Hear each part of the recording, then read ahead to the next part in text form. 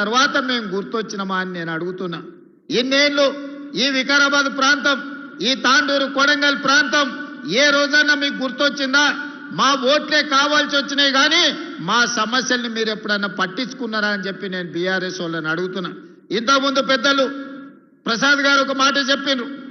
ఆనాడు doctor YS Rajasekhara Reddy గారు అధికారంలో ఉన్నప్పుడు ఆదిలాబాదులో మొదలైన ప్రాణహిత చెవెళ్లకు ఆదిలాబాద్ నుంచి మొదలుపెట్టి తుమ్మిడియేటి దగ్గర ప్రాజెక్టు నిర్మించి 14 లక్షల ఎకరాలకు నీళ్లు ఇవ్వాలి, 38,000 కోట్లతోనే ఆనాడు ప్రాణహిత చేవెళ్ల ప్రాజెక్టును ప్రారంభించారు.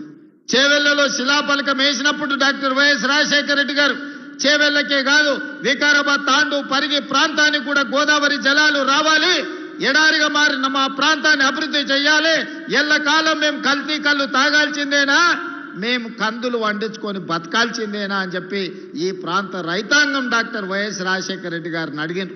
2009 ఎన్నికల సందర్భంగా కొడంగల్ ఎన్నికల ప్రచారంలో భాగంగా రాజశేఖర రెడ్డి గారు గోదావరి జలాలను కొడంగల్ వరకు తీసుకొస్తా అని ఆనాడు మాట ఇచ్చిండ్రు. ఆ తర్వాత 100 కోట్ల రూపాయల పనులు జరిగినాయి. చేవెళ్ల చుట్టుముట్టూత ప్రాంతంలో గోదావరి జలాలు తీసుకురావడానికి ప్రాజెక్టు పనుల మీద 100 కోట్ల రూపాయలు ఖర్చు పెట్టిండ్రు.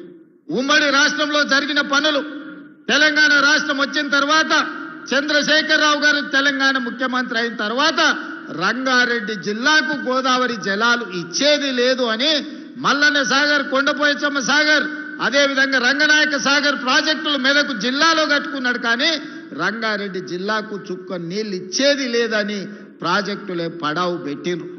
ఇలా సజీవ సాక్షిగా ఎవరైనా మీరు హైదరాబాద్ వెళ్తుంటే చేవెళ్ల చౌరస్తా దగ్గర ప్రాణహిత చేవెళ్ల ప్రాజెక్టు శిలాఫలకం అక్కడ కనిపిస్తుంది చూడండి.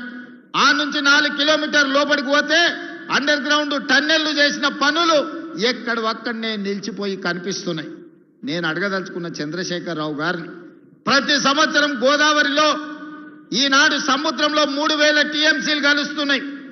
ఇది నేను చెప్పలే, చంద్రశేఖరరావు గారే గోదావరి జలాల మీద శాసనసభలో పవర్ పాయింట్ ప్రెజెంటేషన్ ఇచ్చినప్పుడు చంద్రశేఖరరావు గారే స్వయంగా చెప్పినారు, గోదావరిలో ప్రతి సంవత్సరం 3,000 టీఎంసీలు వృధాగా సముద్రంలో కలుస్తున్నాయి, ఎన్ని నీళ్ళైనా వాడుకోవచ్చు, ఎన్ని నీళ్ళైనా పారించుకోవచ్చు.